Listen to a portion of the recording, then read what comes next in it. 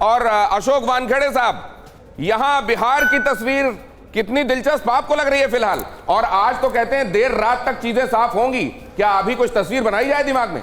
नहीं, मुझे लगता है कि ये थोड़ा टाइम लेगा क्लियर होने में। पिछली बार भी 2015 में भी चुनाव के जब नतीजे आए थे तो शुरुआती रुझान कुछ और थे और बाद में जब खाता खुला आरजेडी का तो कुछ अलग रुझान, मतलब रिजल्ट ही कुछ अलग था। इस बार ये देखना होगा कि ये जो लगातार 118, 116 जो आप जो हमारे यहाँ दिख रहा है, ये कितना सस्टेन हो पाता है, कितने राउंड का कभी काउंटिंग हुआ है और इसमें लगातार बदलाव होगा, क्योंकि कांटे की टक्कर थी ऐसा अब लगने लगा है। जब मुझे तो लग रहा था कि महागठबंधन कहीं स्वीप नहीं कर ले, जिस हिसाब से तेजस्वी यादव की सभाओं को भीड़ थी, लेकिन मुझे लगता है कि जो यदि जनता दल यूनाइटेड अच्छा कर रहा है तो कहीं ना कहीं महिलाओं का जो वोटिंग परसेंटेज ज़्यादा बढ़ा वो ख्याल रखना पड़ेगा। दूसरी ओर एलजेपी यदि इतनी सारी सीटें लेके जा रही है तो मुझे लगता है कहीं ना कहीं जो बीजेपी के विद्रोही भाऊ, आपको मैं रोकूंगा क्योंकि ये जो बात आपने कही है वो बहुत अहम है और इसको हाईलाइट किया जाना आवश्यक है। जब हम गए बिहार, हमने रैलियों के दौरान देखा, ये बात नीतीश कुमार ने हाईलाइट करके कही कि देखिए यहां पर रैली के दौरान सुरक्षा में लगे हुए कर्मियों में महिलाएं कितनी हैं।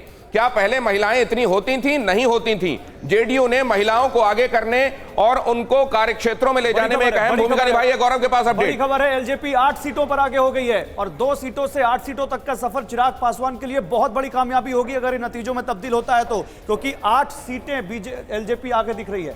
निश्चित रूप से वो लोग जो ये कह रहे थे कि 5 के भीतर सिमटेगा आंकड़ा, उनको जाहिर है फिलहाल ये जो ट्रेंड्स हैं वो तो जवाब दे रहे हैं, लेकिन क्या ये आगे नतीजों में तब्दील होंगे? मैं ये जानना चाहता हूं। विनोद जी हमारे साथ जुड़ गए हैं। विनोद शर्मा साहब, मैं ये जानना चाहता हूं कि पहले अमूमन हम 11-12 बजे तक ये अंदाजा लगा लेते थे कि चीजें किस तरफ जा रही हैं। आज आप कितने बजे तक इंतजार करेंगे?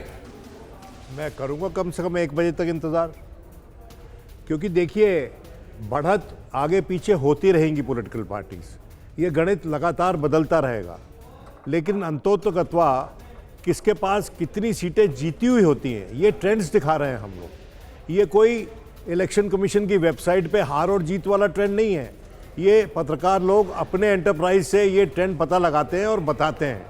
तो मैं समझता हूं हमें थोड़ा इंतजार करना पड़ेगा। विनोद जी तो कह रहे हैं कि मैं 1 बजे तक इंतजार करूंगा, लेकिन बहुत सारे लोग कह रहे हैं कि आज लंच तक भी नहीं, इंतजार कीजिए, शाम की चाय तक भी। हेमंत शर्मा जी कुछ कह रहे हैं। मैं एक विनोद जी को करेक्ट करूं कि ये पत्रकार लोग नहीं बता रहे हैं, ट्रेंड बताने का काम देश में 2 एजेंसियां कर रही हैं, सी वोटर और एसी नेल्सन।